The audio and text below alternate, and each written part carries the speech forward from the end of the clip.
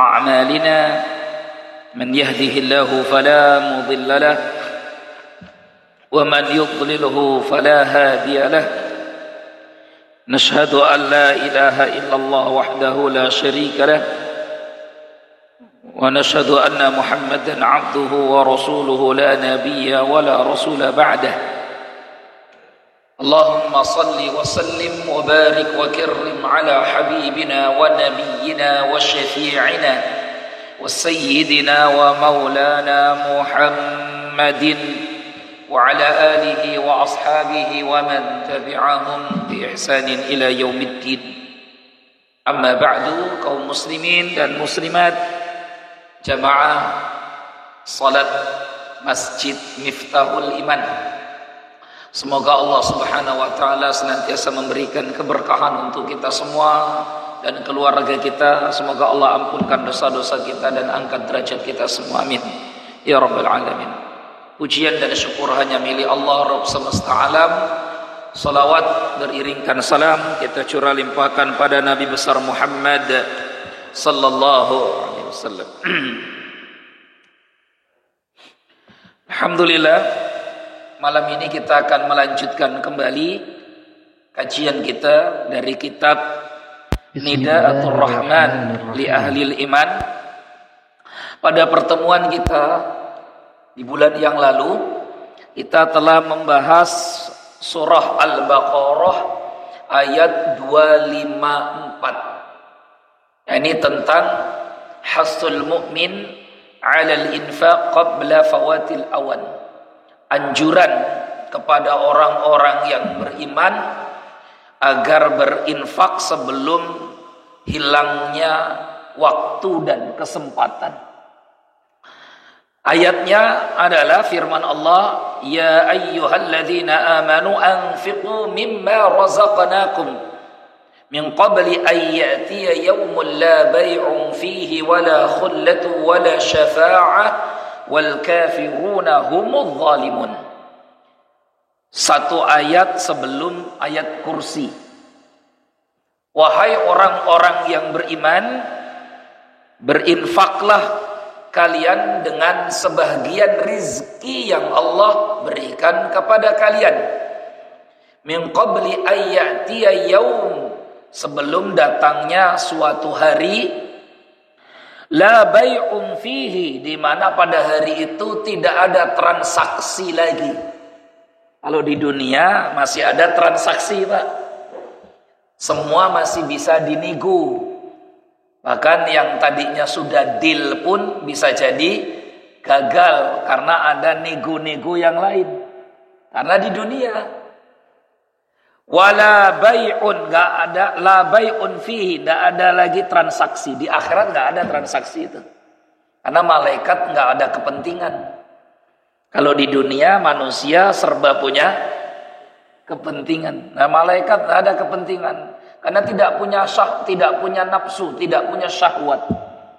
Makhluk yang tidak punya nafsu, makhluk yang tidak punya syahwat, itu tidak bisa dinego.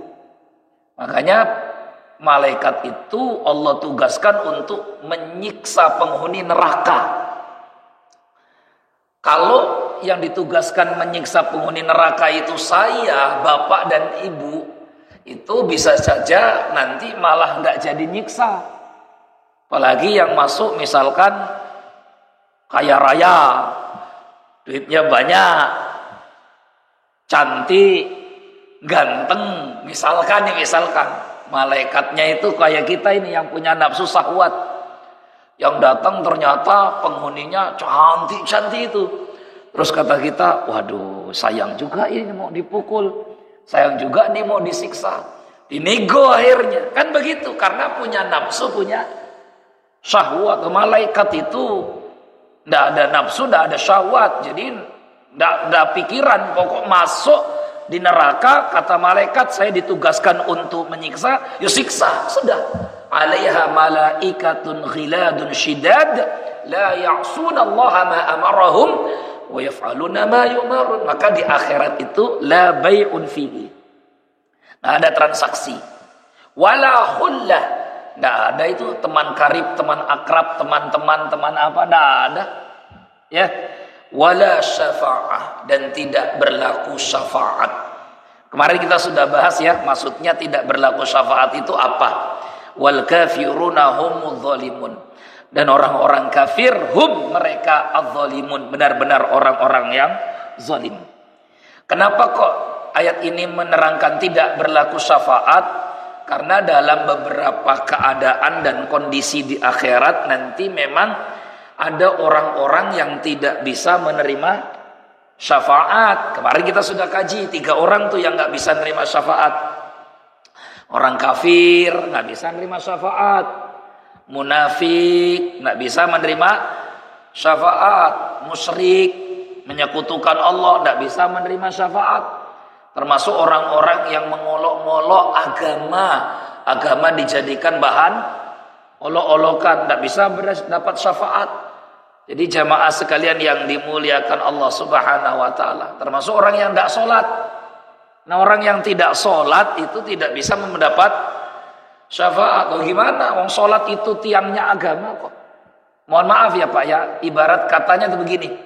Kalau bapak tidak puasa Ramadan, kalau ibu tidak puasa Ramadan, yang penting masih sholat 5 waktu, masih punya peluang untuk dapat syafaat. Tapi kalau orang sudah nggak sholat, ini repot. Nah, sholat itu ra'sul amr. Sholat itu amududdin, tiangnya agama, atau dalam riwayat yang lain disebut imaduddin, ya, tiangnya agama. Ini tiang. Kalau tidak ada tiang, maka yang terjadi apa nih? Roboh. Makanya para ulama berbeda pendapat tentang orang Islam yang ngaku Islam tapi enggak sholat. Kalau kata Imam Hambali, orang yang Islam tapi enggak sholat, kafir dia, keluar dari Islam. Kalau kata Imam Syafi'i, orang Islam yang enggak sholat, kalau alasannya malas, maka hukumnya bukan kafir tapi fasik, pelaku dosa besar. Kata Imam Syafi'i, diberi waktu tobat 3 hari. Kalau selama 3 hari masih tetap nggak mau sholat, maka kata Imam Syafi'i diapakan? Dibunuh. Dia apa Pak? Imam Syafi'i itu nggak menghukumi kafir, tapi menghukumi orang Islam yang nggak sholat itu dosa besar, fasik. Dikasih tobat berapa waktunya? 3 hari. Kalau 3 hari kok masih tetap nggak mau sholat, kata Imam Syafi'i, maka hendaknya pemimpin ulil amri boleh menghukum bunuh. Coba kalau madhabnya Imam Syafi'i dipakai semua sampai hari ini Pak di Indonesia, kok nggak mati banyak, habis yang dipateni semua. Jadi itu yang ada dalam kitab-kitab fikih Syafi'i. Jadi di kitab-kitab fikih Syafi'i itu ya begitulah hukumnya orang yang meninggalkan sholat. Kalau Imam Hambali sama, dibunuh juga kata Imam Hambali, tapi dibunuh karena kekafirannya. Karena meninggalkan sholat. Kalau Imam Syafi'i dibunuh bukan karena kekafirannya, karena menentang perintah Allah, bukan karena kafir, karena fasik menentang tadi itu. Apa ndak sangar Pak madhab ini kalau dipraktekkan hari ini? Sempat Imam Syafi'i hidup di abad kita hari ini, kemungkinan besar Imam Syafi'i itu dituduh bukan dituduh ini apa namanya, dituduh aliran apa keras ya, aliran apa. Wah begitu, karena kenapa kok para ulama 4 mazhab itu sangat perhatian dengan ibadah sholat. Kalau yang lain itu nanti, yang sholat pasti dinomorsatukan. Karena sholat itu tiangnya agama. Baik, kita sampai ke sini lagi. Jadi itu orang-orang yang tidak mendapatkan apa tadi? Syafaat.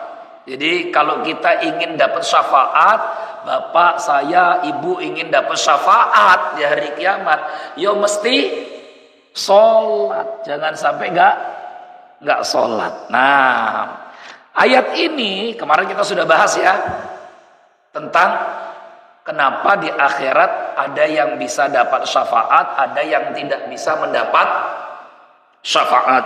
Ya halangan-halangan tadi itu yang menjadi sebab dia tidak bisa dapat syafaat. Diambil dari ayat-ayat Al-Quran. Ayat-ayat Al-Quran tadi itu. Terus di sini ada perintah berikutnya yaitu berinfak.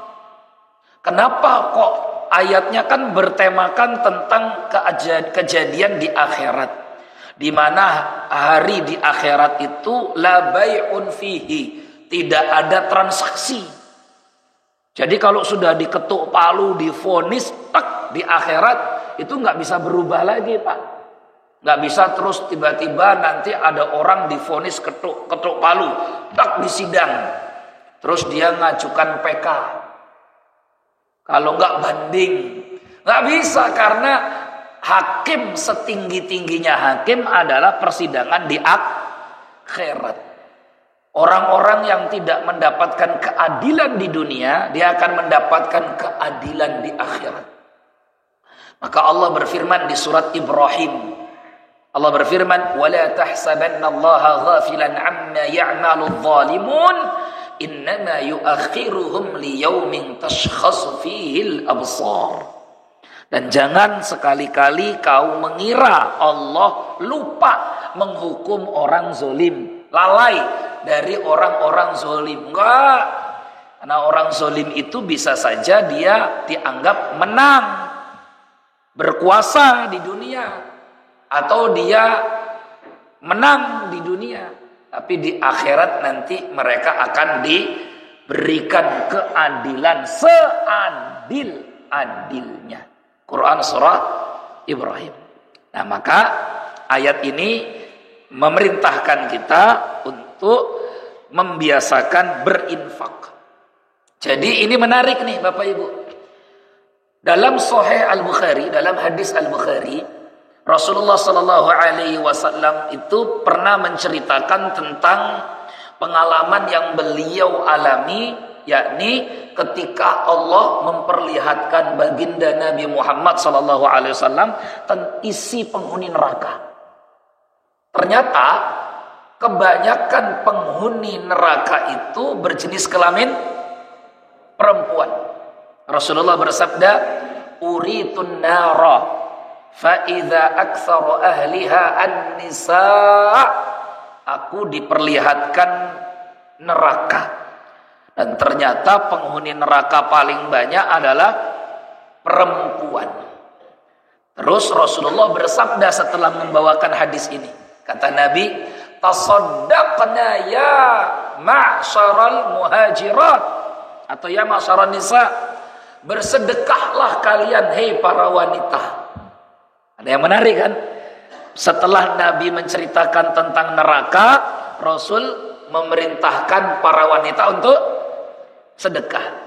Kata Imam Ibnu Hajar Al-Asqalani Asy-Syafi'i dalam kitab beliau Fathul Bari ketika menjelaskan mensyarah hadis ini, kenapa Rasulullah perintahkan untuk sedekah? Kan ini hadisnya tentang penghuni neraka paling banyak perempuan. Kata Imam Ibnu Hajar, bukan lain karena ibadah di antara ibadah yang paling bisa menyelamatkan seseorang dari siksa neraka dan azab kubur adalah sedekah. Di antara ibadah yang menyelamatkan seseorang dari siksa kubur dan azab neraka adalah sedekah. Makanya di surat apa itu namanya? Al-Mu'minun, dan di surat Al-Munafiqun Allah menyebutkan tentang harapan manusia untuk ditunda ajal kematiannya. Kata Allah berfirman, orang-orang ini minta ditunda ajalnya. Rabbi laula akhartani ila ajalin qarib. Apa yang dia minta? Fa asaddaqo wa akum minas salihin. Ya Tuhanku, tolong tunda ajalku sebentar saja. Saya berjanji kalau matinya ditunda sebentar, saya mau sedekah. Makanya sedekah itu mesti dilatih Bapak Ibu, terutama perempuan. Kalau laki-laki ya sudah latihan. Kalau perempuan, karena perempuan tuh biar kalau perempuan rajin sedekah, suaminya ngikut, insya Allah. Itu ya, kalau suaminya yang sedekah, kadang digandoli sama perempuannya. Jadi ada satu kisah menarik dibawakan dalam Syarah Arba'in Nawawiyah. Itu ada Syarah Arba'in Nawawiyah namanya Al-Jauharul Lu'lu'iyah. Saya punya kitabnya di rumah dan saya kaji kitab ini, Jauharul Lu'lu'iyah. Ditulis oleh Syekh Abdurrahman Al-Jurdani. Itu menceritakan tentang satu kasus kejadian di mana seseorang mengkaji di masjid bersama para syekh satu hadis, dan kemudian syekh mengatakan tidaklah seseorang kemudian bersedekah kecuali setan akan menghalang-halangi dari sedekahnya. Ya. Maka orang ini segera pulang, langsung ngantongi gandum yang ada di rumahnya. Jadi gandum-gandum yang ada di rumahnya itu dikarungi, mau disedekahkan karena dia ingin membuktikan bahwa dia bisa mengalahkan setan. Dia bisa mengalahkan apa? Setan. Karena kan tidaklah ada orang bersedekah kecuali setan akan menghalang-halanginya. Maka kalahkan setan dengan sedekah itu. Maka dia kantongi gandum yang ada di rumahnya. Setelah dibunteli gandum itu, dia angkat, mau bagi-bagikan gratisan, sedekah. Karena dia ingin membuktikan hari itu dia bisa ngalahkan setan. Istrinya kemudian ngelihat. Karena gandum yang di rumah habis, dibagikan sama suaminya, di kantong. Suaminya dihalangi sama istrinya. Mau kemana kamu? Kata istrinya ke suaminya, saya mau bagi-bagikan gandum ini ya kepada orang-orang yang berhak menerima. Wah, kita saja kekurangan kok kamu mau bagi-bagikan? Enggak, saya mau bagi. Enggak boleh. Pokoknya enggak boleh. Akhirnya kelahir ribut. Nyerah juga si suaminya. Maka katanya datang ke Syekh. Betul Syekh, saya sudah hampir menang ngelawan setan sebenarnya. Tapi yang datang mamanya setan. Ibunya. Ini guyonan gitu ya. Di kitab loh ya, protes sama kitabnya nanti. Ya, itu. Ya, kitabnya saya waktu baca kisah itu. Wah, ini lucu juga. Makanya ibu-ibu wanita mesti jadilah istri yang mensupport suaminya. Apalagi itu dalam kebaikan. Jangan sampai istri itu malah menjadi aduwwul lakum fahdharuhum. Jadi musuh ya bagi suaminya dalam kebaikan. Jangan sampai. Kalau suaminya berbuat baik, dukung, support. Mau kemana mas? Mau pengajian malam Senin, ada pengajian di Miftahul Iman. Lu katanya sudah janji mau makan bareng-bareng, kok malah ikut pengajian. Nanti lagi sih, besok kan ada pengajian. Jangan. Harusnya istrinya bilang, bagus sekali mas, mbok saya diajak sama-sama. Jangan lupa nanti ya pulang dari pengajian bawa ilmunya. Harusnya begitu. Istri yang baik itu begitu. Dukung kalau suaminya dalam kebaikan. Baik. Maka tanawwu' ajnasi an-nafaqah. Yang namanya sedekah, nafkah, infak itu bentuknya beragam, bervariasi. Ana tanawwu' bervariatif, ya. Innan nafaqata al-mandubata la taqtasiru 'ala al-mal. Bahwa infak yang dianjurkan dalam agama kita itu tidak sebatas bentuknya harta. Wala ma yuqawwamu bil mal, atau apapun yang nilainya sama seperti materi. Bal tashmulu kullal a'mali salihah. Tetapi yang namanya sedekah dalam agama kita itu Bapak Ibu mencakup seluruh amal baik, amal soleh. Ya, min tibil kalimah, seperti ucapan-ucapan yang baik. Maka ucapan-ucapan baik itu Bapak Ibu zikir, subhanallah, alhamdulillah, Allahu akbar, masya Allah, la ilaha illallah, itu pun bernilai sedekah. Tapi jangan kur ini toh.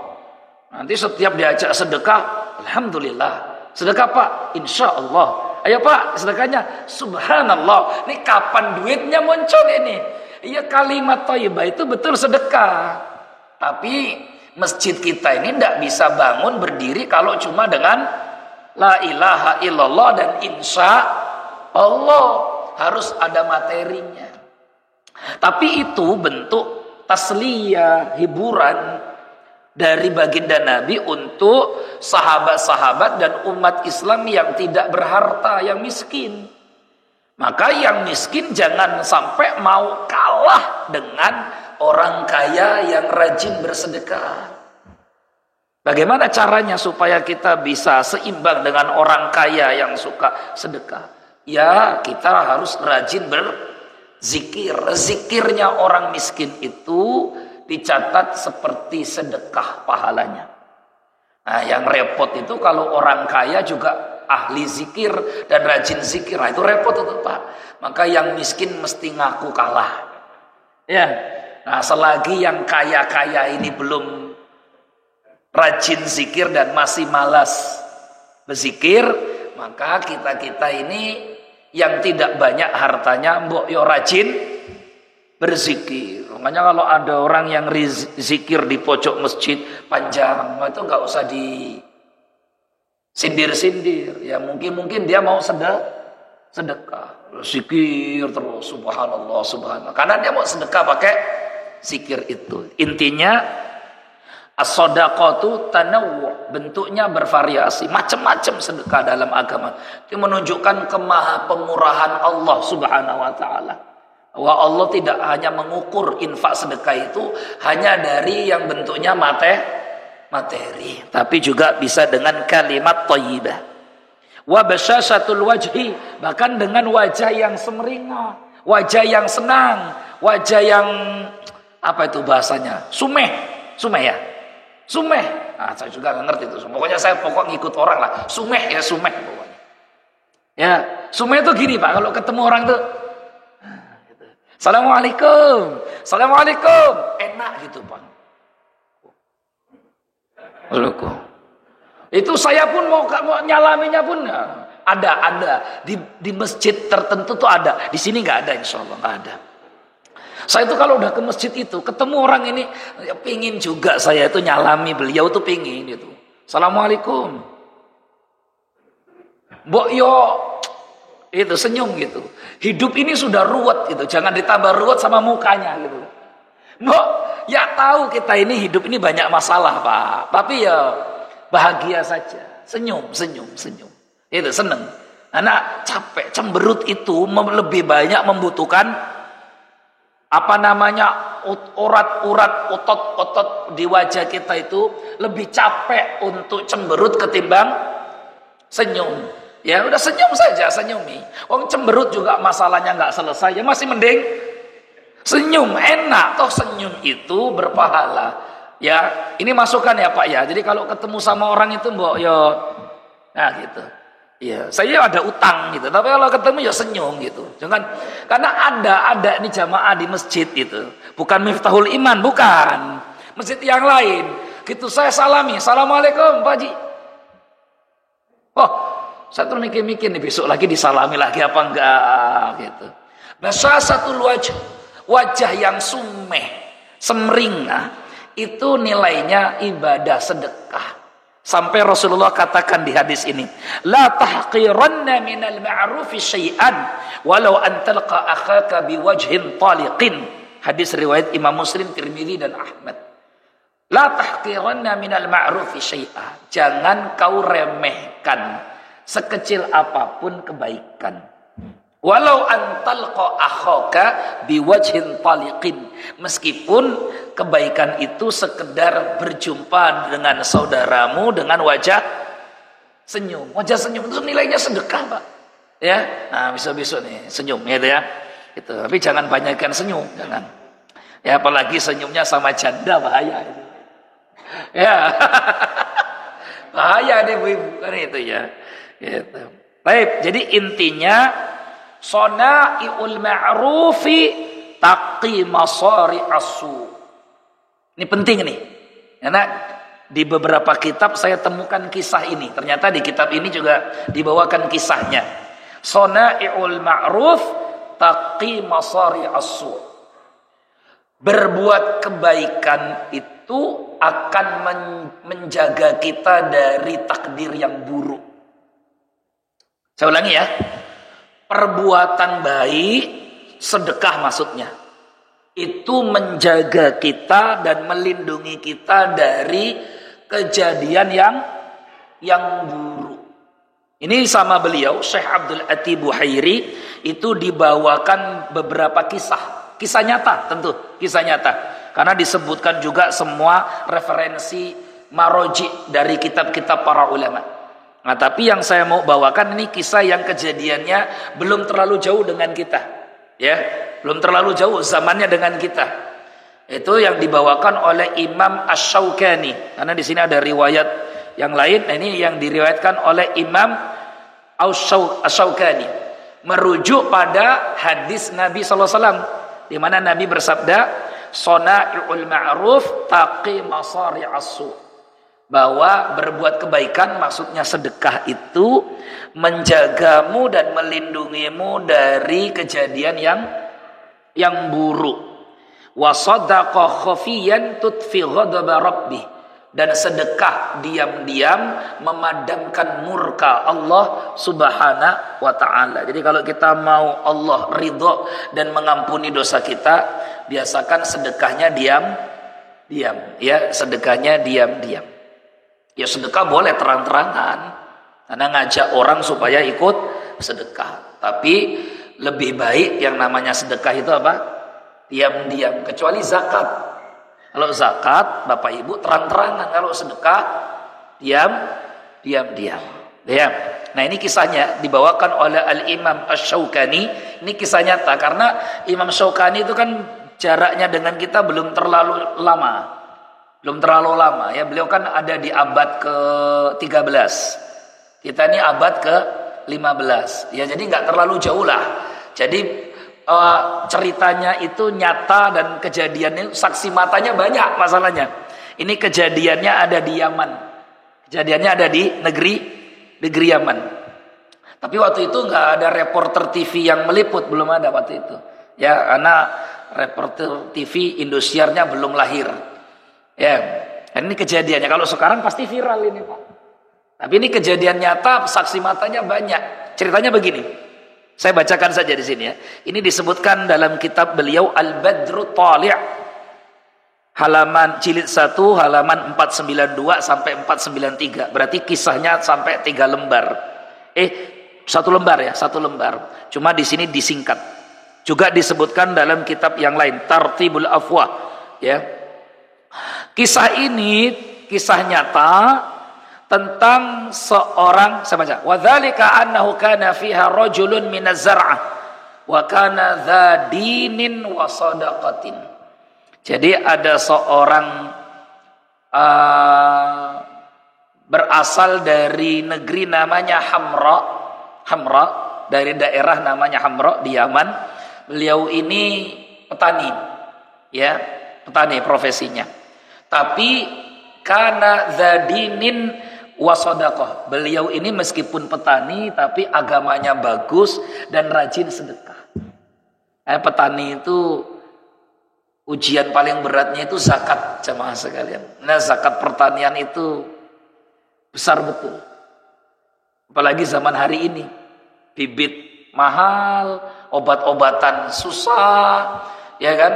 Presiden-presiden itu semua dari zaman dulu tuh janjinya itu pertanian itu dimudahkan dari zaman dulu.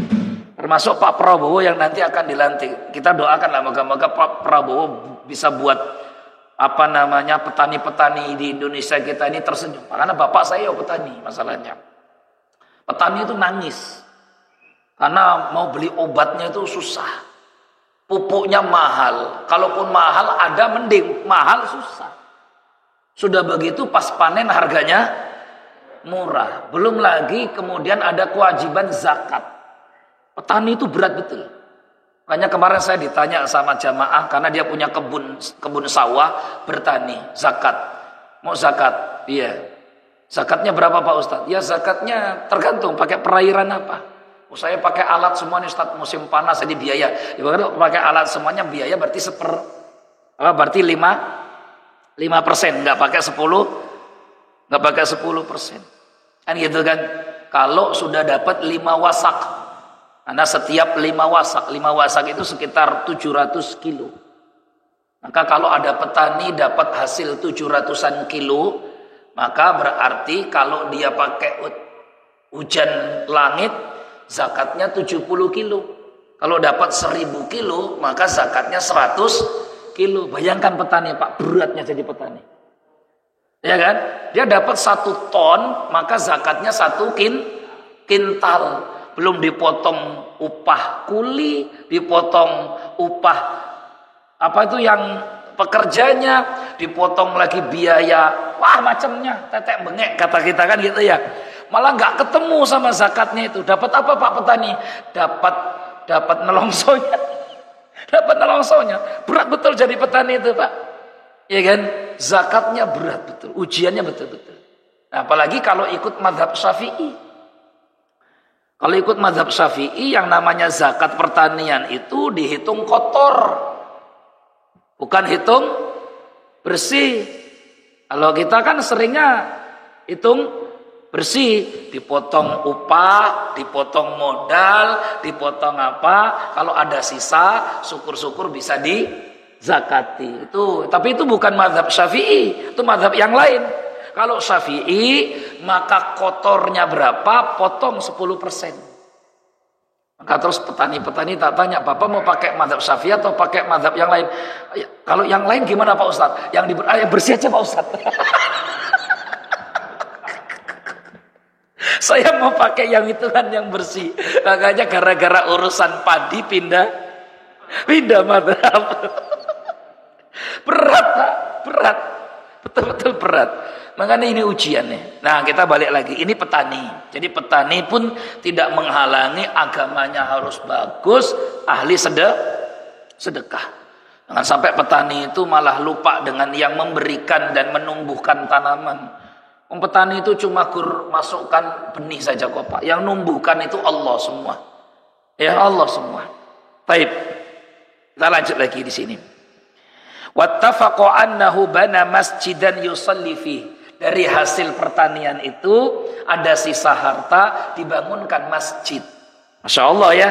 Berarti berhasil dia nih dalam pertaniannya, bisa bangun masjid. Wa ja'ala ya'ti dzalikal masjida kulla lailatin bisiraj. Setiap malam biasanya petani ini datang ke masjid sambil membawa obor, oncor, siraj untuk sholat. Bawa siraj. Karena dulu kan nggak ada listrik, bawanya oncor. Saya bapak masih ngalami oncor. Anak-anak sekarang nggak ngalami oncor. Saya masih ingat oncor pakai bambu ya, pakai bambu kasih kain gombal mukio. Kasih gombal mukio, dikasih minyak, oncor. Itu pergi ke surau itu, ke Langgar untuk ngaji ya. Itu anak-anak sekarang nggak ngalami itu. Ngalami itu, ceritanya nggak dapat ya. Nah, dia bawa oncor tadi, obor. Wa illa akal ya.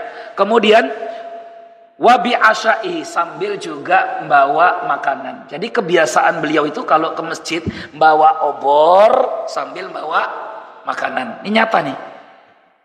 Fa in wajada fil masjid man yatasaddaq alai, kalau dia temukan ada orang yang membutuhkan, dia kasih sedekahnya. Atahu dzalikal asya wa illa akalahu wa shalla salatah. Kalau tidak ada yang berhak menerima, maka dia akan makan makanan itu di masjid dan kemudian dia sholat. Itu kebiasaan dia. Wastammarra ala dzalikal hal. Ini kebiasaan berlangsung terus menerus. Ini belum ada sinetronnya Pak ya. Cerita ini belum ada. Tapi perlu dibuat sinetronnya, ada juga ini. Di sinetronnya yang begini, yang manfaat. Juga yang ngaco-ngaco. Summa, nah ini. Summa innaha tafaqat syiddatun wa nadhaba ma'al abar. Kemudian tahun itu bertepatan dengan tahun syiddah, tahun pacekli, tahun kering. Sehingga nggak ada air. Wa kanat lahu bi'r, dan dia punya sumur yang sudah digali, kering, nggak ada airnya. Falamma qalla ma'uha akhadha yahtafiruha huwa wa auladuhu. Maka ketika kering nggak ada air, dia pun mendalami sumurnya supaya muncul air. Kan dulu kan masih sumur-sumur galian begitu. Kalau sekarang kan sumur bor. Kemudian bareng anak-anaknya dia ikut dalami sumur. Fa kharabat tilkal bi'r warrajul fi asfaliha. Qadarullah, waktu anaknya naik ke atas, bapaknya masih ada di bawah, tanah sumur itu pun longsor. Sehingga tertimbunlah sang ayah di dalam sumur yang dalam tadi itu. Fa ayisa minhu auladuhu, anak-anaknya pun putus asa. Karena kalau digali waktu itu pas kebetulan juga doser canggih ekskavatornya belum datang. Ya kan nggak ada Pak ekskavator. Kalau sekarang kan bisa di ini ekskavator ya kan, mesin berat, biku kalau kata orang Melayu. Ya, tidak ada. Maka anaknya takut juga. Orang-orang masyarakat warga takut juga. Kalau digali malah nanti longsor lagi. Akhirnya ketimbun. Sehingga semua keluarganya mengikhlaskan. Lam yahfiru alaihi wa qalu qad sara hadza qabrahu. Sehingga anak-anaknya dan keluarga serta masyarakat putuskan sudah tidak perlu lagi digali. Karena nggak memungkinkan kita untuk gali lagi, malah khawatir malah yang menggali celaka. Jadilah sumur itu sebagai kuburannya. Ya, jadi kuburannya. Wa kana dzalika ar-rajul 'inda kharabil bi'r fi kahfi fiha fa waqa'at 'ala babihi khashbatan mana'at al-hijarah min an tusibahu. Ternyata ya apa yang terjadi? Waktu itu semua keluarga sudah mengikhlaskan, oh bapaknya sudah meninggal, keluarga dan masyarakat sudah mengikhlaskan. Lanjut ya. Kisahnya saya putus di sini, saya langsung lanjut lompat supaya nanti balik ke awalnya. Wastamara lahu dzalika mudda 6 sinin. Maka kejadian ini sudah berlangsung selama 6 tahun. Orang-orang sudah mulai lupa 6 tahun kejadiannya apa, tanah pun diyakini sudah padat lagi. Karena sudah 6 tahun Pak, sudah kena hujan, kena apa, kena ini, sudah 6 tahun. Maka akhirnya orang-orang di sana pun menggali lagi sumur yang lama. Digali lagi. Setelah digali bukan main terkejutnya. Summa innahu badali auladihi an yahfirul bi'r li'adati imaratiha. Si anak-anak ini punya keinginan untuk gali lagi sumur yang lama karena udah 6 tahun. Maka digali fahafaruha hatta tahu ila asfaliha. Digalilah oleh anak-anaknya sampai ke titik terakhir 6 tahun yang lalu itu longsor. Fawajadu abahum hayyan. Allahu akbar. Ternyata anak-anaknya diaman menemukan bapaknya masih hidup 6 tahun. Bayangkan, ini saja. Ini kalau hari ini malah diangkat jadi wali ini. Harus sembarangan ini wali ini. Viral di mana-mana 6 tahun Pak, masih hidup. Kaget. Fasa'aluhu an halihi. Terus tanya, kok bapak masih hidup? Katanya, saya ini hidup karena ternyata timbunan longsoran apa tadi tanah-tanah itu nggak langsung menimpa badannya, tapi kan di sumur itu ada lubang sedikit, maka beliau berlindung di lubang itu dan ketutup sama tanah yang untuk daki, ketutup sama kayu itu dipakai untuk naik ke atas tadi itu, ketutup sama kayunya. Jadi ibaratnya seperti liang lahat kuburan, itu tanahnya nggak langsung kena ke mayat jenazah, tapi ketutup sama, ketahan sama kayunya. Jadi selama 6 tahun itu tertutupi kayu. Jadi masih bernapas, hidup. Kok hidup? Makannya dari mana? Nah, dia cerita. As-siraj wa ta'am alladzi kuntu ahmilu ilal masjid ya'tini. Lampu obor yang biasa aku bawa setiap ke masjid tiap malam, dan makanan yang biasa saya berikan itu tiap hari datang ke sini. Ya, sehingga saya makan di dalam sumur, enggak gelap, enggak, karena ada lampu yang menerangi. Ini semuanya itu qudratullah, kekuasaan Allah. Itu ya. Nah, percaya tidak percaya, saya percaya yang disampaikan dalam kitab para ulama dan saksi matanya masih banyak hidup waktu itu, waktu kitab ini ditulis, gitu ya. Nah, gitu ya. Kalau sekarang ya mungkin bisa saja terjadi kejadian tadi mana ini namanya karomah. Namanya apa? Karomah.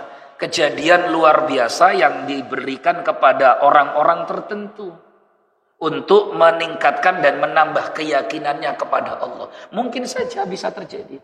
Sekarang mungkin saja bisa. Intinya dari kisah ini adalah bahwa ternyata sedekah dan infak itu jamaah sekalian taqi masari asu. Bisa melindungi kita dari kejadian yang buruk. Maka bisa saja sedekah yang diberikan sedikit itu melindungi anak-anak kita. Ini ada kisah nyata, tapi yang terakhir lah ya. Ada seorang ibu yang mensedekahkan makanannya pada waktu itu, di hari itu padahal dia lapar. Ya. Maka ketika sedekah, ini kisah nyata dibawakan oleh banyak para ulama di kitab-kitab. Waktu dia sedekahkan padahal dia lapar karena ada orang yang ngemis-ngemis minta ngetuk pintunya. Ibu ini kemudian kasih makanan yang dia dalam sendiri dalam lapar. Anaknya sedang pergi untuk berniaga, berdagang. Qadarullah di tengah perjalanan ada singa yang datang hendak menerkam anaknya ini. Ya. Tapi ternyata tidak tahu kenapa malah singa yang tadinya mau menerkam kemudian dia tiba-tiba datang sosok laki-laki yang dia sendiri nggak kenal kemudian mengusir dan menghalau singa ini yang tadinya mau menerkam malah kemudian jadi baik. Kemudian suara terdengar oleh si anak. Ya. Karena laparmu digantikan oleh laparnya. Laparmu, hei singa, digantikan oleh laparnya. Begitu maksudnya. Si anak ini bingung. Kenapa kok ada suara laparmu digantikan oleh laparnya? Agak bingung. Sampai dia pulang ke rumah, ketemu sama ibunya. Ya, terus dia ceritakan kejadian yang unik, aneh, seumur hidup dia baru lihat itu. Yaitu singa yang hampir menerkam dia di hari ini, di waktu ini disebutkan. Si ibu kemudian menangis.